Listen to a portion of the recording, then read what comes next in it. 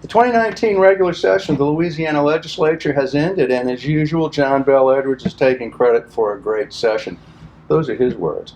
Let's talk about some of the bills that passed, some that didn't, where we've been under the administration of Governor Edwards, and where we would likely go were he to be reelected to a second term. In his speech, the governor spoke about the $700 million transportation infrastructure bill to fix our roads and bridges. This bill was badly needed for sure, but John Bel Edwards had nothing to do with it. This bill came out of the legislature, and it didn't raise your taxes, by the way. The governor hadn't even asked for it in his budget proposal. At least he said he would sign the bill, but shame on him for taking credit for it.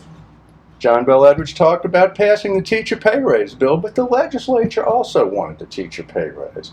The governor's teacher pay raise is actually less than the raise the House proposed. The real question here is, why did it take over 3 years to pass a teacher pay raise at all? Attorney General Landry's plan to protect Louisiana with pre-existing medical conditions in case Obamacare is struck down by the courts had bipartisan support of the legislature, but had to be passed over the obstruction of John Bel Edwards. Let's hope the governor quits sulking long enough to sign this bill, which protects our most vulnerable citizens. Now let's talk about the bills that didn't pass. And once again, Republicans attempted to reduce our outrageous car insurance premiums through tort reform. John Bel and his fellow trial lawyers in the legislature killed these bills, so you don't have to keep paying the second highest insurance premiums in the entire country. That equates to about $800 a year out of your pocket, so that John Bel's trial lawyer friends can keep paying for all those highway billboards. Republican legislators also tried several times to reduce your tax burden by cutting Governor Edwards' tax increases from previous legislative sessions. After all, the governor himself said we had a surplus, but every attempt we made to return the money to the people of Louisiana was fought tooth and nail by John Bel. Republicans tried to pass several bills addressing the widespread fraud and waste in many of the departments of John Bel Edwards' administration, the worst by far being the Louisiana Department of Health.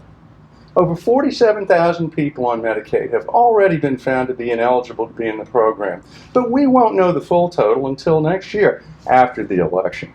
John Bel has fought every attempt to verify income eligibility. Over 1,600 people making over $100,000 a year have been kicked off the Medicaid rolls already. This is a catastrophic failure which has cost Louisiana hundreds of millions of dollars so far.